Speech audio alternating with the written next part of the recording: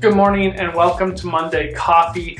Last week I gave a sermon at New Hope that talks about 3 different questions I get as a pastor. And it went really well, and it was relevant to people. It also was very good for me to talk about those things, and so I thought I should just continue this as a series on Monday Coffee. And so here we are. And so this is going to be a series, I don't know how long it'll last. I'm just going to go over some questions that I get from people often as a pastor. And this isn't just for people within the church. This is people I run into at parties, at restaurants, who find out I'm a pastor. They ask these questions from family and friends. These are the common questions I get. And this isn't meant to be the answer, but it's meant to be the answer I fall on after my experiences and my study and things like that. So if you don't like my answer, you can go somewhere else and figure out an answer from somebody else if that fits what you're looking for better. But this is the best way I can answer based off of Scripture and my study and my understanding of what God's doing in the world.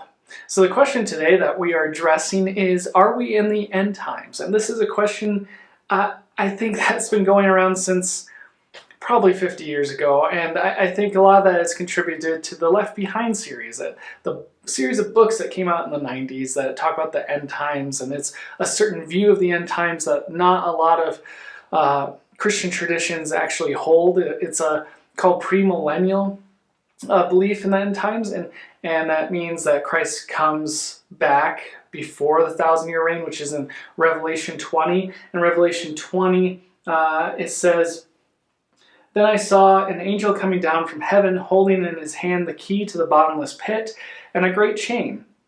He seized the dragon, that ancient serpent who's the devil and Satan, and bound him for 1,000 years, and threw him into the pit and locked and sealed it over him, so that he would deceive the nations no more until the 1,000 years were ended.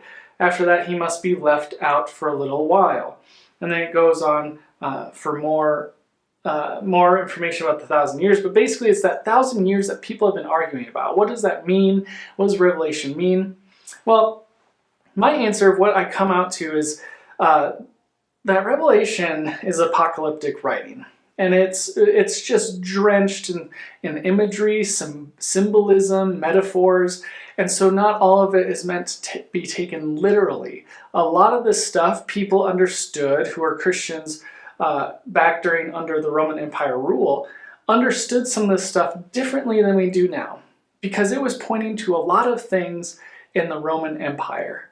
And a lot of things we call now, like this event is going to happen, this event is going to happen. Those things that people point out, like war in the Middle East, whenever that happens, a lot of people are like, this is ushering in the end times, especially when the wars with Israel.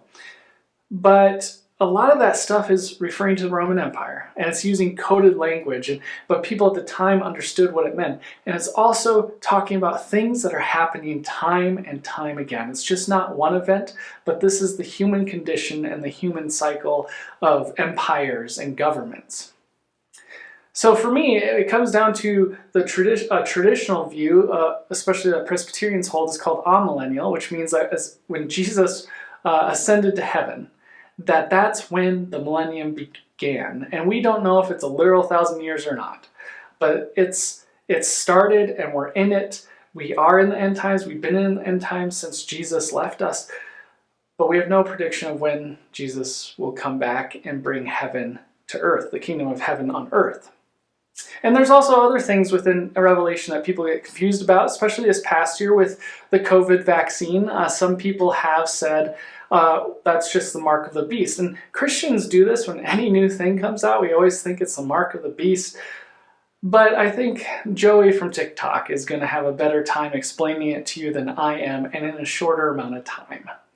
Mark of the Beast may be the most misunderstood concept in the Bible. This mark is said to be a microchip implant that the government will force us to receive and cut your head off if you refuse to take it. Yeah, none of that's in this book, that's just in this one. Revelation actually says that John saw a beast, and people need a mark symbolizing that beast's name in order to buy or sell things. So this requires wisdom. Let him that has understanding count the number of the beast, for this is the number of a man, 666. John is stressing that this is a code to be deciphered, not something literal, and his first century readers would immediately know this is gematria. Gematria is assigning numeric value to letters and then writing code. This was a common practice in the Hebrew language. 666 is a gematria code for Nero. You can't buy and sell without it because he's on all the money. John is making a political statement by calling Nero a beast. In some manuscripts, the number is 616, but this too means Nero, just with an alternate spelling used in that region. John is talking about Caesar in a code that only his intended audience would understand, so if a Roman saw it, he wouldn't know what it means. John is rebuking churches that have aligned themselves with Nero because they wanted power by saying that they have taken his mark. What does this mean for us today? When Christians have compromised their faith for political power, their true allegiance is exposed. Their faith is false, and they have taken it.